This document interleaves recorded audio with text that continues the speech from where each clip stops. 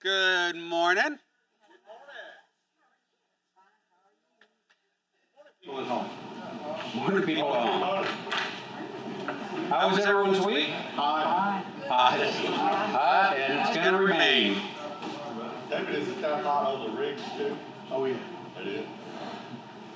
It's maybe about 5 degrees cooler, but it's all metal. So we just We thank the Lord for air conditioning. Someone was telling me, I was meeting this week, and boy, it's hot outside. I'm like, that's why I'm inside. That's all there is to it. So it is someone who's off camera's birthday today. Right over here. Mr. Alfred. Happy birthday, Mr. Alfred. There's one over next door. I won't ask you which anniversary of that the one it is. But a very happy one. Hope you have some fun plans. Well, in honor of your dad, who's not here today. I'm not sure telling the bad joke is honor, But it is fitting. maybe It fitting. is fitting. Did you know that Apple advised for everybody who uses Apple products and iPhones not to use the word beef stew as a password? Yeah, evidently it's not stroganoff.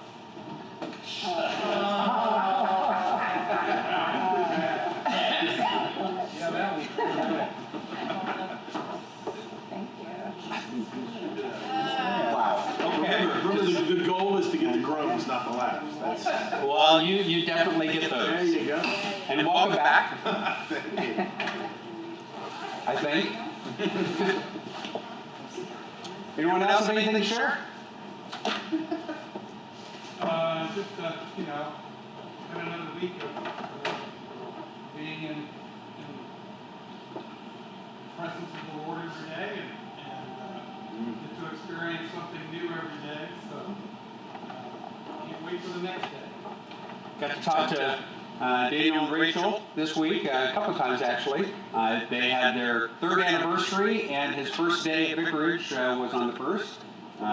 Doing very well. I think it's going to be a wonderful year for them. The home that they're in, which is owned by Trinity Lutheran, one of their daughter churches, available to them is a whole lot bigger than the apartment they were in, and they're working on that. And then they picked up a little puppy that they just got yesterday. So. Okay, she developed a blood clot in her leg that they're treating right now, but otherwise slowly improving. So, still in the hospital, no real release date, but at least improving. Who's this? My son's mother-in-law. Okay. Your in-laws. Yeah.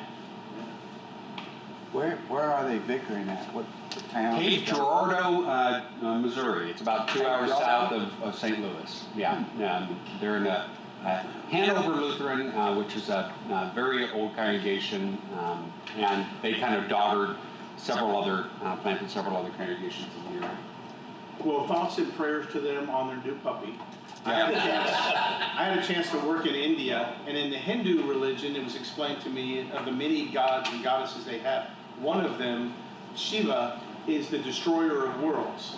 Right. And That's the one with many hands. Many hands, blue, very angry, tears stuff up, and he said, and we think if she ever came back, it would be as a puppy. Just a really big one. Yeah. That would be the destroyer of worlds. Very cute. Mason. Mason is the name. Anyone else? Pastor, I am working at the pantry. I'm beginning to see, and I don't know what's causing this right now. Several clients coming to the pantry, and they're homeless. And it just breaks my heart because they're out in the heat 24/7. Sometimes they want to stay at the park at night, and now the city has put up signs, no lingering, no staying here after such and such hour. Just pray for these people because they're suffering with the heat and no place to sleep. But Sue was able to kind of customize the homeless people's what they could take, because we couldn't give them really frozen stuff, like a pork loin or anything. So she got. I remember the last girl. She got her shampoo and soap and toiletries and some things that she could really use. And so Sue took the time to make it happen for this person. And you know what she was the most thrilled about? And all of you need to think about this the next time you step in the shower. Those wipes that come in a package that you can bathe with, sometimes you get those at the hospital. And so she gave her several packages of that, and you would have thought we had given her gold. That's how thrilled she was over those wipes. So, be thankful for what you have. Yes, ma'am. Absolutely. Let's go ahead and start. Now, Lord, we thank you for the day. We thank you for air conditioning. Lord, we thank you for homes, and we pray for those who don't have them. Lord, give them protection from the heat and the elements.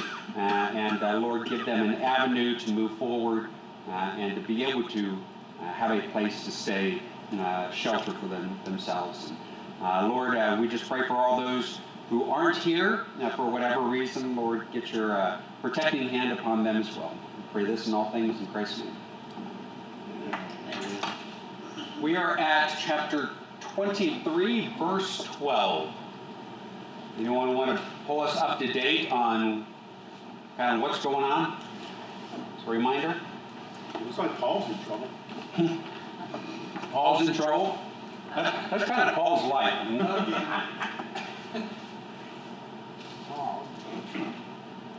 Oh, but he's a Roman citizen.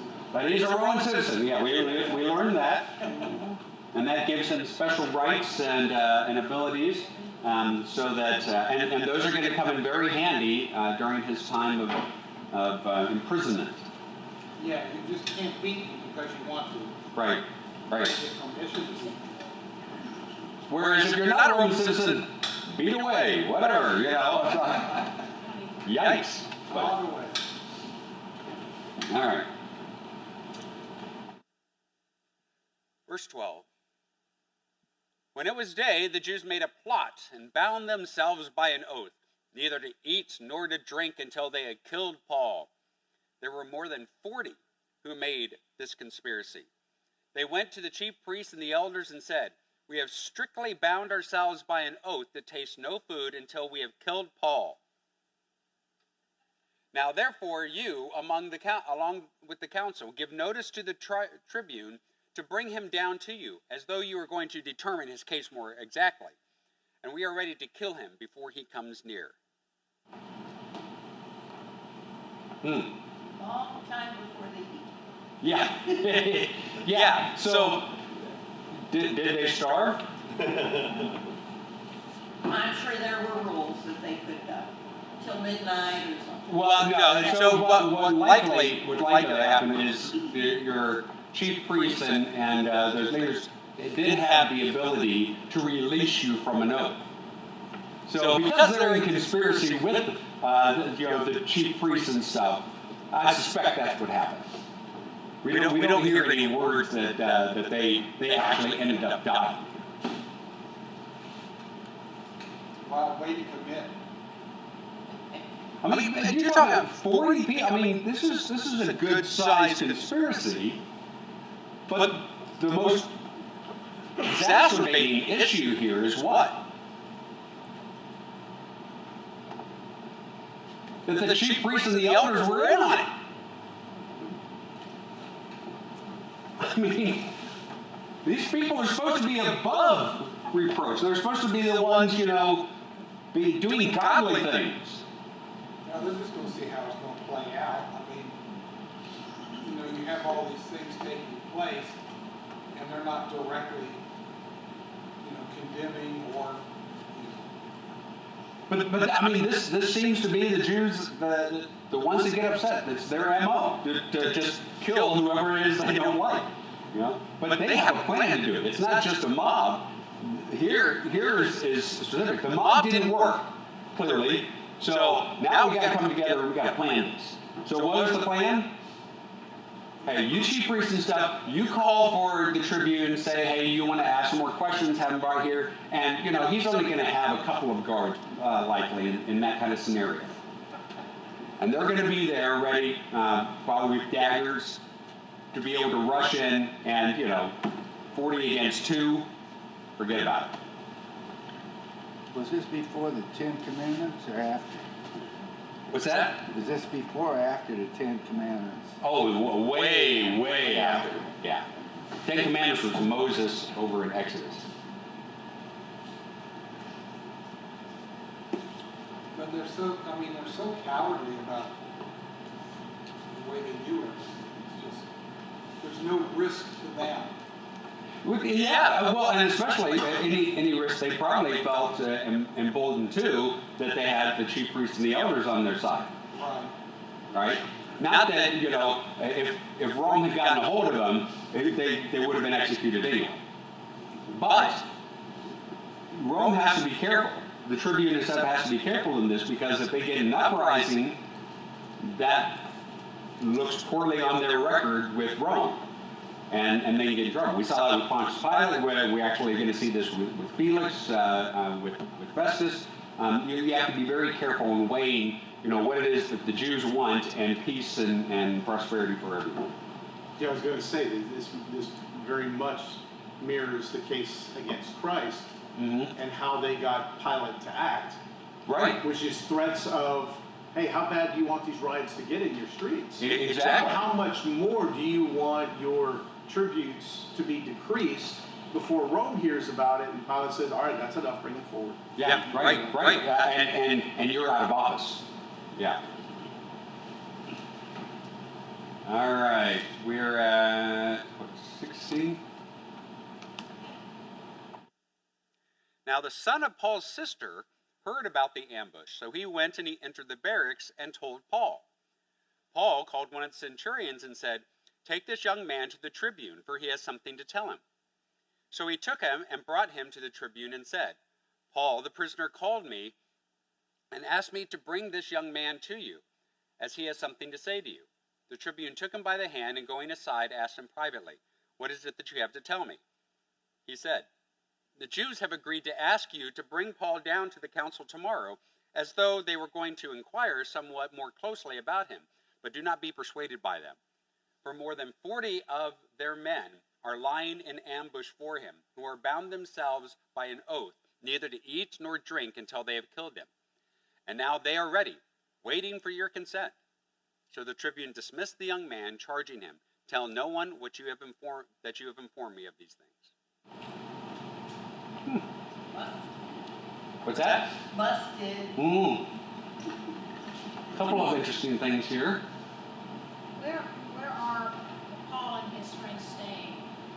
Well, Paul is being held in the barracks. He's being held by Romans in a Roman holding cell. Right. So the barracks is like a jail. Yeah. Okay. Well, I mean, it's usually for housing and stuff, but he's being held, maybe not in a jail because he's a Roman citizen, and they probably wanted to, you know, the little kerfluffle that they had with them, they probably wanted to smooth some things over there. But a couple of things interesting. Here we hear Paul has a sister. Yeah. And a nephew. And a nephew. And now we don't know if sister and nephew were believers. We have no idea. We don't really hear of them outside of this. I think we believe that she knew they was fixing to kill him. Yeah, I mean, the fact, obviously, at least the son, or the nephew, was at least a good enough nephew to warn of his impending death. Yeah. What else is interesting here? I thought the tribune would be more than one person, but it sounds like it's The tribune, the tribune is one person who has charge over the centurions and some of the others in the area. So he's kind of He's the commanding officer. Yeah, he's a CEO in the area right now. And we'll get his name here in a little bit. I find it interesting that the centurion would follow Paul's directive. I mean, and without question, that Paul says to the centurion, take this man to go see the tribune. And he doesn't. I mean, I find that kind of shocking. I do too. I just thought. But is it favoritism because he's a Roman citizen? We don't know. But he certainly has favor with the centurion. I don't think it's because he's a Roman citizen. But we hear time and time again that Paul seems to ingratiate himself to those who are over him.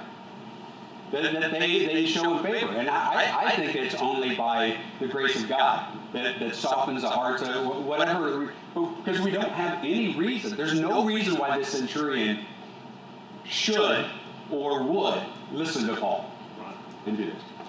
He's been blessed with Jedi mind tricks. Yeah, exactly. Yeah. And realize also that there's no indication that the centurion knew what Paul's nephew had to say. And that the nephew was believed. Because taking him by the hand, it sounds like it was a young person, not older. Yeah. They would take him aside. Yeah, the tribune thought he was at least credible. Yes. Yeah. All of that, I think, is very interesting. There's at least a foundation, and I agree with you. I think it's the grace of God, and giving him these abilities to connect with people, to influence people. But a citizen in stature is above a soldier. Soldiers didn't get citizenship until they ended their enlistment. That's true. Some of them may have been citizens before, but most of them did not. Yeah, you're right. And so that was a path to citizenship, and to wrong a citizen could rob you of your citizenship later on. Yeah, so it could be that they're trying to make up for the fact that they tore him out and were about to beat him, and they're like trying to ingratiate themselves. That could be a part of it. But for whatever reason, just the fact that the centurion listened to Paul in this kind of manner. I mean, can you imagine just a person in jail, and you're the jail keeper, and them saying, hey, take this person to your boss? I mean, why am I listening to you? Yeah, exactly. But then why was he let in the first place? And this is we're going to see this later on. I don't remember if it's with Felix or with Festus, that he was allowed to have visitors. We're not told that explicitly here, but it seems to be the case. I mean, remember, he's not in jail for any specific Roman misdeed. He's in jail out of favor to the Jews. So, I mean, I could see, them sitting there, we have a Roman citizen, he's here because the Jews don't like him, we don't want to tick them off, but they probably had a little bit of leeway in how they treated him. So I don't know if that's why he's allowed this visitor or what, but. Yeah, it was always a balancing act, trying to keep Rome happy, trying to keep the Sanhedrin happy, and you're stuck in the middle, and you're, Yeah, I mean, to be a governor or the tetrarch or something over this area, Jerusalem and the surrounding areas. I mean, I'm thinking, like, if you're a Russian being posted to Siberia, probably would be a better post, because that kind of balance. We'll see. Most of them weren't able to do it. Well, they were in a position of they got put there because they had lost favor with Rome, and so it's just like, okay, well, let's just ship them out over there. See what happens. Yeah. Because, I mean, the Jews didn't want Rome there. I mean, more so than many of your other conquered areas. I think most other conquered nations by the Greeks and then the Romans, they may not have liked it, but they understood that there was a peaceful existence and there was a blossoming of arts and culture and things under them. So, it was not a bad rule to be under, so long as you stayed in good graces, right? Which is not there are a lot of governments and stuff at the time that would not have been the case, right? But the Jews, they're like, no, we don't want to be under anyone's authority and rule, and they say because we're under God, but they wouldn't have paid attention to him either, But,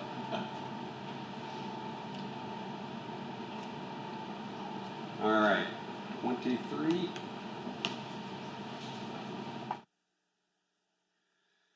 Then he called 2 of the centurions and said, "Get ready 200 soldiers with 70 horsemen and 200 spearmen to go as far as Caesarea at the 3rd hour of the night.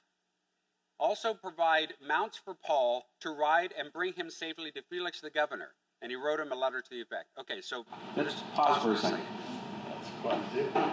Yeah, you're talking at least like 470 people to guard one guy. And to take him, this 3rd hour of the night, it was about 9 p.m. And Caesarea Philippi was approximately 55 to 58 miles away. So you're talking some distance here to cover. Usually you would consider, a day's journey would be about 24 miles. So over a day's, now, if they could go at a clip faster than that. But you're talking some distance. So he's really going the extra mile to make sure that Paul is protected. This is one of those areas where, he might be put into chains and cuffs if he goes to Jerusalem, but God is providing through Rome for his safety until he reaches Rome. And through all that process, God is using Rome as protection.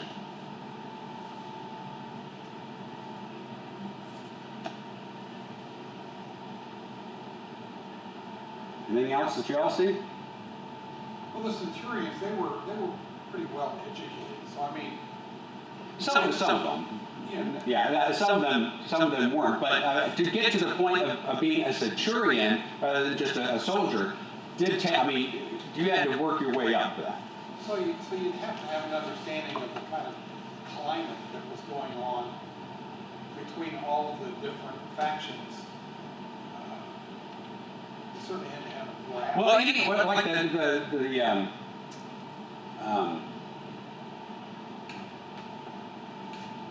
this person who was over and sent all these centurions, he certainly had to have an understanding of some of the politics and things involved. And we'll see that the leader, Felix, also has some understanding of this as well. And you would have to be posted. That would be idiotic of you if you're posted in this area and you don't acquaint yourself with what the needs and what the community is like.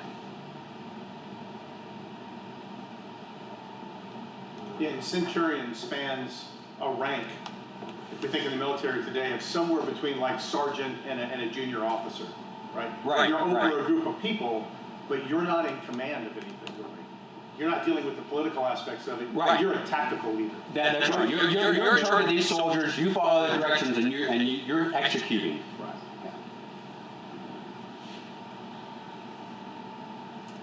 Hold on a second.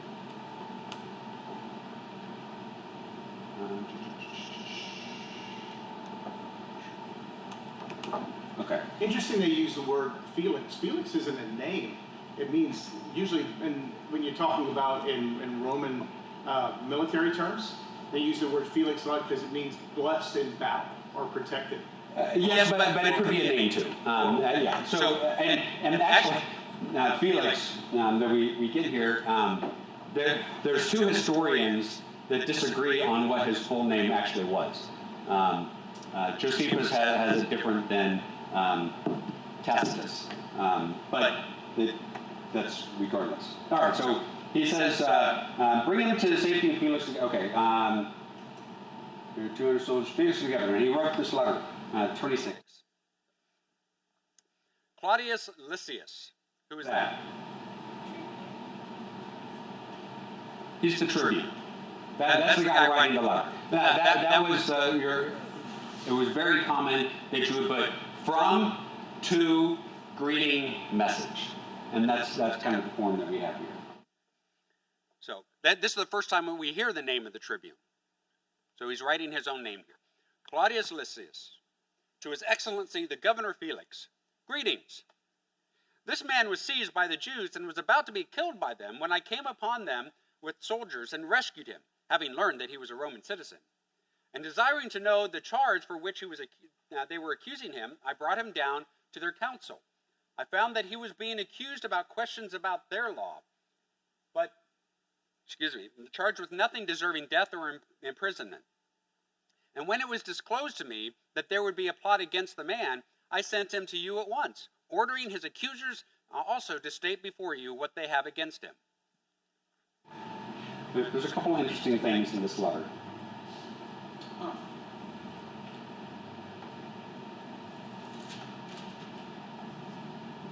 What about just the way he lays out the series of events? You find anything interesting there? It's like he's a rescuer. Yeah. When I came upon them, yeah. And he also, he kind of takes some liberty with the truth in one aspect here. I came upon them and rescued him, having learned that he was a Roman citizen. When did he learn that he was a Roman citizen? After the fact. After the fact, when they were about to beat him. So he kind of casts himself in a little bit better light here than he really was.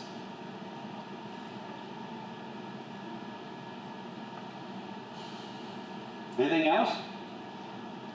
Well, he surmised the charges against them and finds that it's just not fitting for the crime. So he's now going to be under my protection until we sort this out. Well, yeah, and verse 29, it tells you a couple things. Number one, he realizes that this is a theological issue.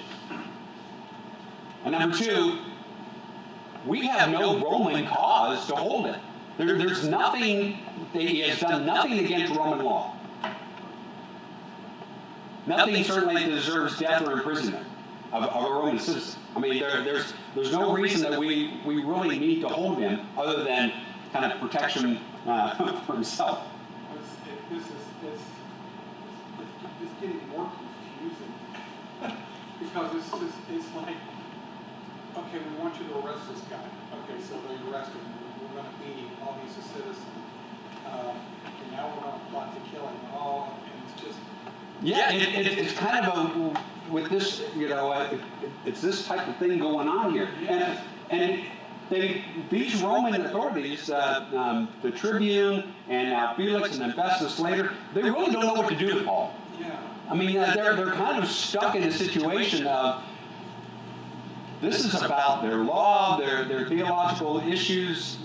We don't know. We don't care what, And there's no, they want to wash their hands. They want to be done with this. And there's no charge against him. That's, it's Not that it really pertains to Rome. Right. So, but he can't give them to the Jews because he is a Roman citizen and deserves protection. So, on the one hand, you're trying to do this favor for the Jews by arresting him, and at the same time, you're protecting from the Jews by not handing him over and by not, allowing him to be killed. And that's why people drink. Yeah, that's right. That's why people drink.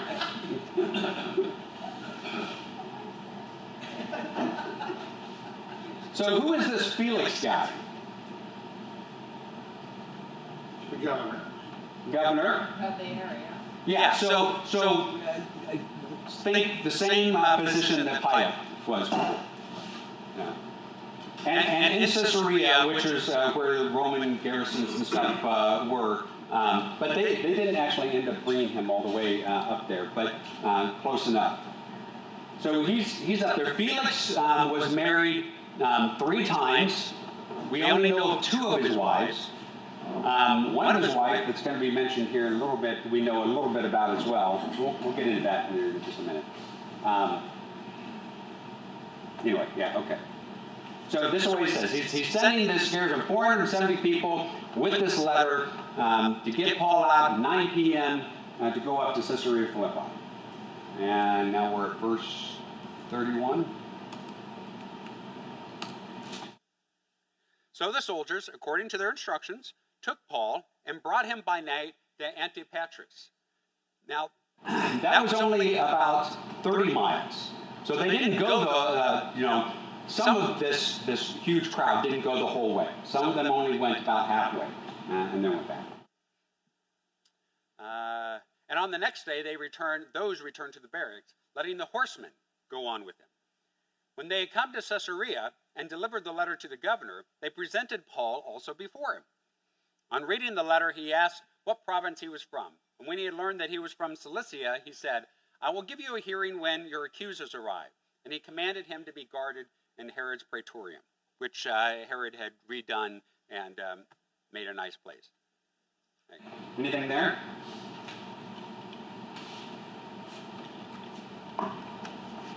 All right. Well, his treatment keeps getting better and better. For the time being. Yeah. Yeah. And he's at least away from those who are trying to kill him. So now, they're making the accusers, they're making the leaders come up to him. Instead of him taking Paul to the leaders, where all the conspirators are, he's taking them up to a Roman place of protection and asked the accusers to come up there. So a bit of a safer place.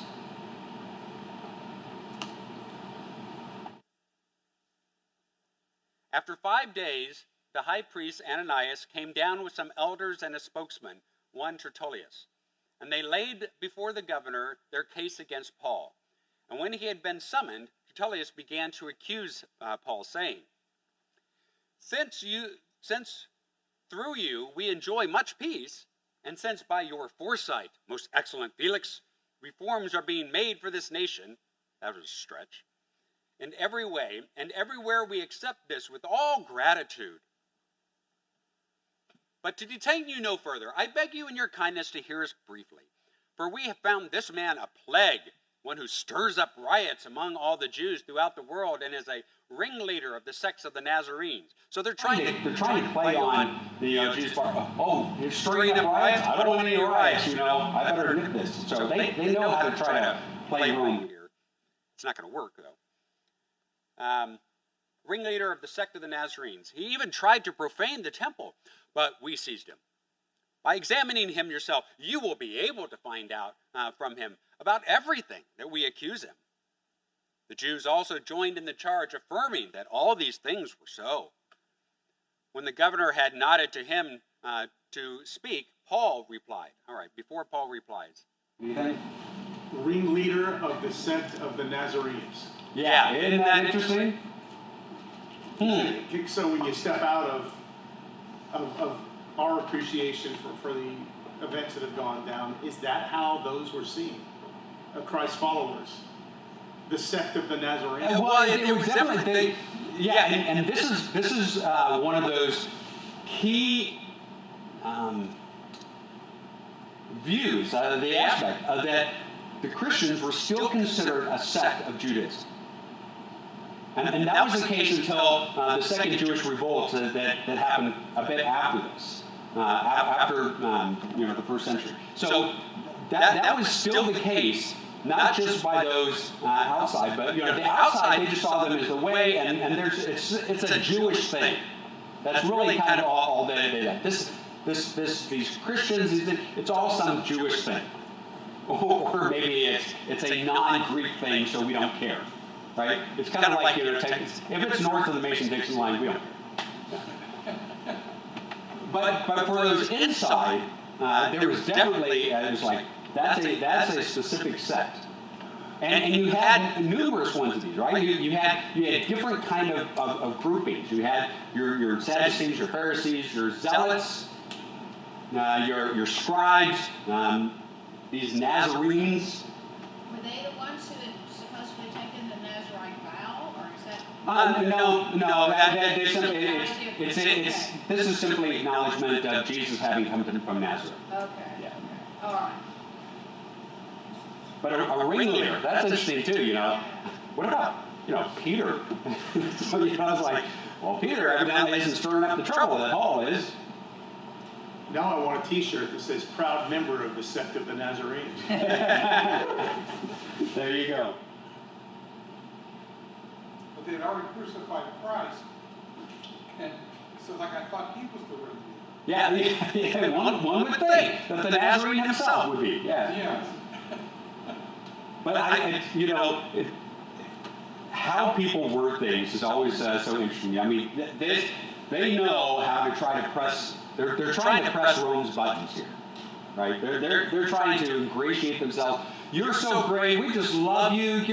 You look after us, and we don't want to bother you with this anymore. This is what it is. You ask anyone, they'll tell you the same thing. All right. So now we get Paul's reply. Verse 10.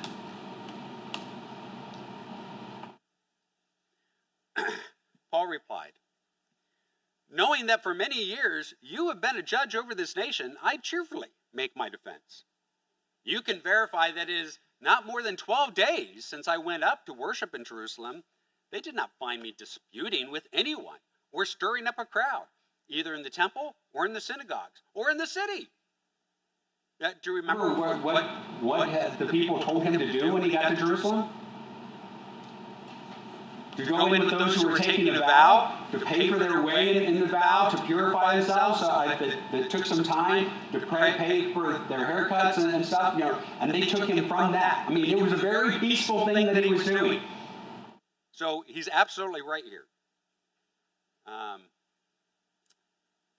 days, okay, the temple, synagogue, 13. "Neither can they prove to you what they now bring up against me. This I confess to you, that according to the way, which they call a sect, I worship the God of our fathers, believing everything laid down by the law and written in the prophets, having a hope in God, which these men themselves accept, that there will be a resurrection of both the just and the unjust." So now he's speaking, and remember, your high priest and most of those who were probably of those 40 were Sadducees, who did not believe in the resurrection. Both and the unjust. "I always take pains to have a clear conscience toward both God and man. Now, after several years, I came to bring alms to my nation and to present offerings. While I was doing this, they found me purified in the temple without any crowd or tumult. But some Jews from Asia, they ought to be here before you to make an accusation, should they have anything against me. Or else let these men themselves say that wrongdoing they found when I stood before the council. Other than this one thing, that I cried out while standing among them, it is respect to the resurrection of the dead that I am on trial before you today." Boom. Drop the mic.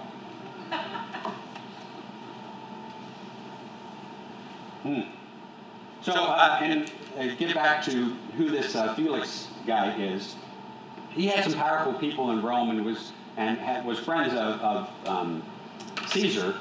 Like I say, he was married 3 times. His wife was married twice. His wife, first time was married, I think, at 14 or 15, and she was only married for a year or two and left him to get married to Felix. Her father was King Herod Agrippa the first, and had a child, Agrippa the second, I believe. And Felix, one of his wives was the granddaughter of Mark Antony and Cleopatra. Oh, wow. So we don't know anything about the third wife. So very much marriages for power and the like. Oh yeah, all the time. That's why I did it. Indeed. Smart man. All right, 22. Pastor, I Yeah. had a footnote back at 6 that said that's not in all transcripts. What's that? That verse 6 through 8 aren't in all the old ancient transcripts. You tried to profane the temple. What part's not in the transcripts? The verses 6, that not all transcripts have that text? Yeah, 6 through 8. Yeah. True enough. Yep. That's a whole other thing on, why are some included and not others. We see that many times. There's some parts of John, like the woman caught in adultery and stuff, that is not in most manuscripts, and why some take those and not others, and some are taken from older manuscripts and newer ones.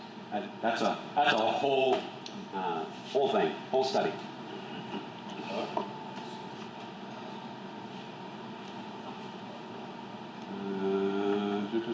What did I say? 22?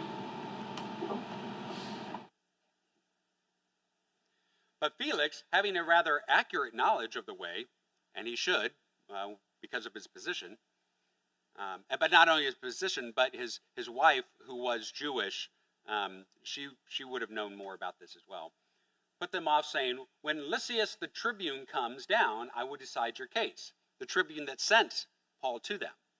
So when he comes up, then I'll decide your case. Of course, that's a lie. Then he gave orders to the centurion that he should be kept in custody, but have some liberty, and that none of his friends should be prevented from attending to his needs. Excuse me. Continue on. So he's in protective custody. He's in protective custody, yeah. Considered kind of more house arrest type of thing now. He's at the Motel 6 with marshals. With Tom Bodette. There you go. After some days, Felix came with his wife, Drusilla, who was Jewish, and then sent for Paul and heard him speak about his faith in Christ Jesus. And as he reasoned about righteousness and self-control and the coming judgment, Felix was alarmed and said, "Go away for the present." Now, okay, why would he be alarmed at this? Coming judgment. I think part of it is that judgment. I think kind of like Pontius Pilate when he heard that, my kingdom is not of this world, and it's like, well, maybe there's something to this, and if so, looking at my life, does not bode well for me. I think some of that came from him as well. Go away from the present. When I get an opportunity, I will summon you. At the same time, he hoped that money would be given him by Paul. So he sent for him often and conversed with him. When 2 years had elapsed, Felix was succeeded by Porcius Festus, and desiring to do a Jews a favor, Felix left him in prison. Huh. Interesting. That's a long time. It is a long time. Yeah, so a couple of things here. First of all, the total lie that when Lysias comes up, I'll decide your case, doesn't do that at all. Instead, what does he do? Every once in a while, he brings him out to talk some more, probably hoping that he's tired of being in this situation, will give him some money, and he can let him go. He doesn't do that. We don't know, is it because Paul doesn't have access to money? Probably not. But it's not the way he operates. And it's not the way that's going to get him to Rome. Well, Paul is more or less in protective custody now. He is. I mean, still, a gilded cage is still a cage. Yeah, but he is free to speak. Yeah, and I think that's some of it too. Here we have Felix, clearly not a believer, but he gets to hear the gospel several times with Paul. And who knows who around is also listening. I mean, so what kind of seeds are being planted by Paul when he's being brought forward during these 2 years? I don't know. This commentary is saying that this wife, Priscilla, was the third wife, but he actually probably hadn't married her yet. He stole her away from the soldier. She was well, that's under that's not agreed to by everyone. not by everybody. But it is likely that she left her first husband to marry Felix. But it's also saying that part of him, okay, get away from me now. because he was feeling convictions that, hey, I'm a bad guy. I think there was some of that. You know, if there's something to be said here, looking at my life and the situation is not good. You're pointing the finger at me, you know, Yeah. while you're telling me your story. Whether, even if he's not, you know, those feelings of guilt and it's like accusation, shame.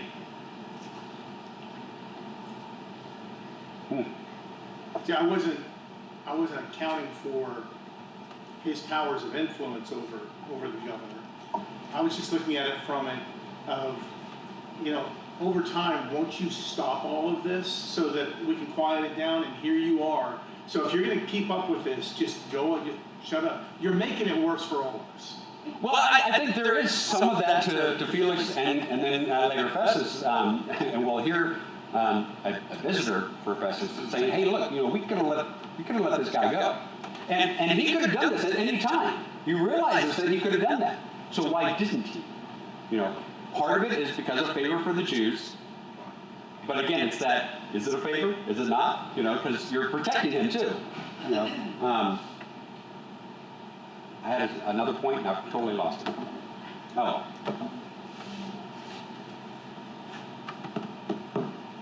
All right, so 2 years elapsed. Felix was succeeded by Porcius Festus. Okay, so Felix was recalled to Rome to answer for some other insurrections and stuff, and we don't hear much more about him. Although there were Jewish leaders who had gone to Rome to complain about Felix. And those same ones ended up complaining about Festus later too. But they wanted Felix to be punished for some of the way that he dealt with some things. He wasn't punished because he still had powerful family and influences. But here's who he was replaced by. There is a change in Caesars that facilitated this. So after Claudius comes someone that not a good reputation as a Caesar, who is claimed to have, when Rome burned, Nero. Nero is the new Caesar, who has just come to power. It's Nero who now puts Festus in the position. And incidentally, Caesarea Philippi was renamed not long after this, Neronius, I believe it was, because of course, Nero. Let's ingratiate ourselves. We'll change the name of our city and you know, give hail to the new Caesar. All right. 25. Three days after Festus had arrived in the province, he went up to Jerusalem from Caesarea. The chief priests and the principal men of the Jews laid out the case against Paul, and they urged him, asking a favor against Paul that he summon him to Jerusalem, because they were planning an ambush to kill him on the way. Okay. Let's pause for a second there. Number one, what is the first thing that he does when he gets into power? He's wise in this aspect.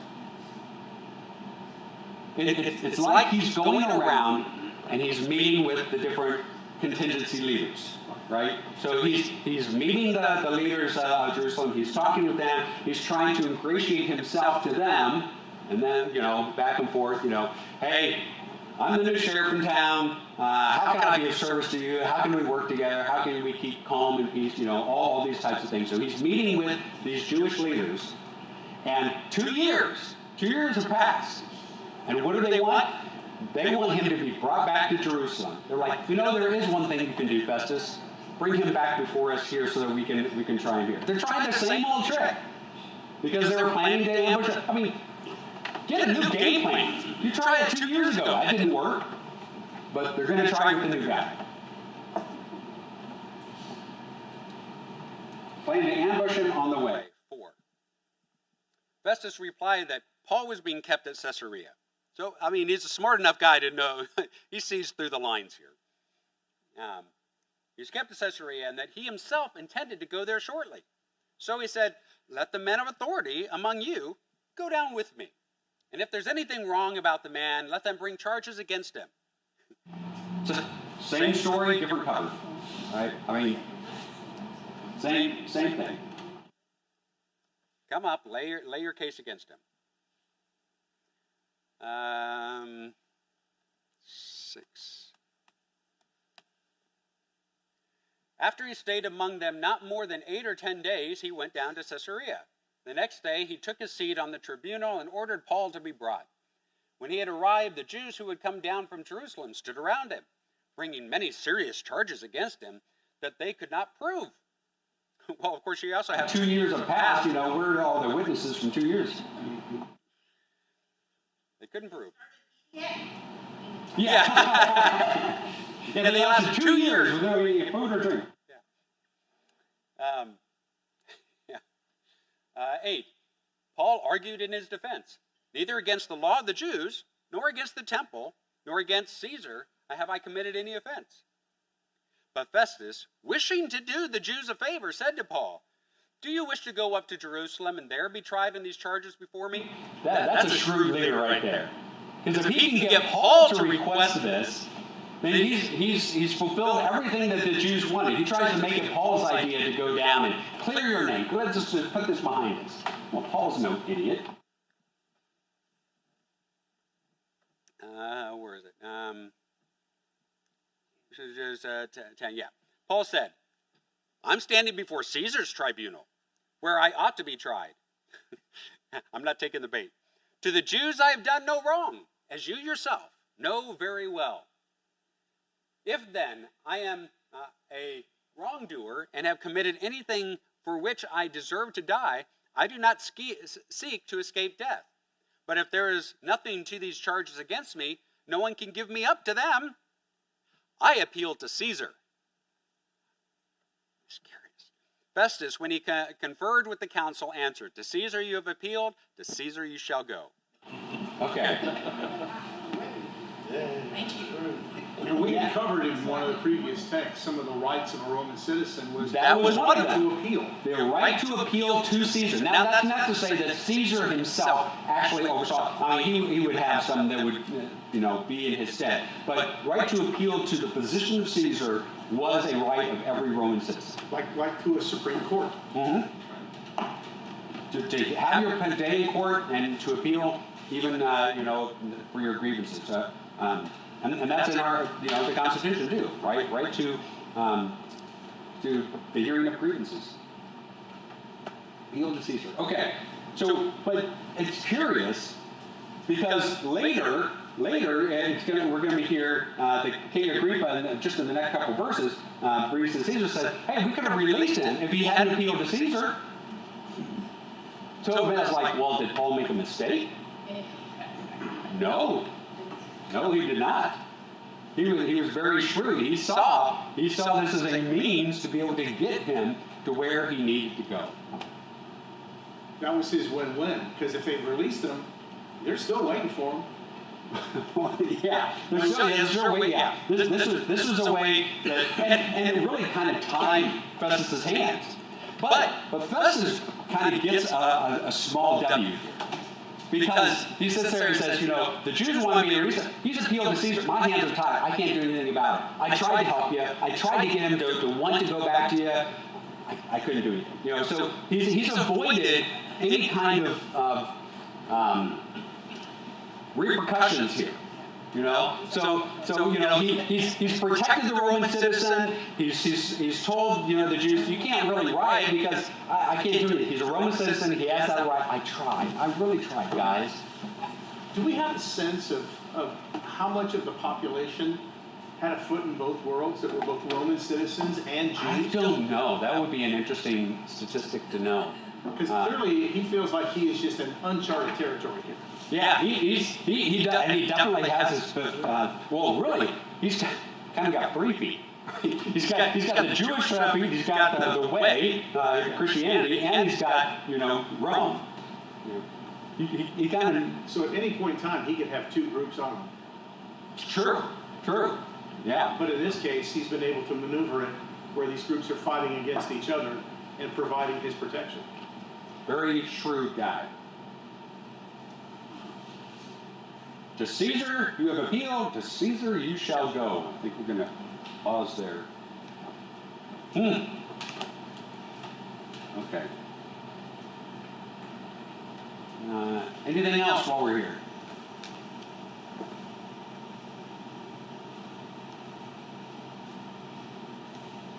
Yeah, it just seems like, just like today, you go through the courts, it just takes forever. Courts take a long time. It takes a long time for those wheels to turn, right? You know, because even just grand juries and stuff, you know, is there enough evidence? Is there, you know, gathering evidence, gathering witnesses, all of those things. It takes a long time for stuff to come to fruition. All right. Let's go with the benediction.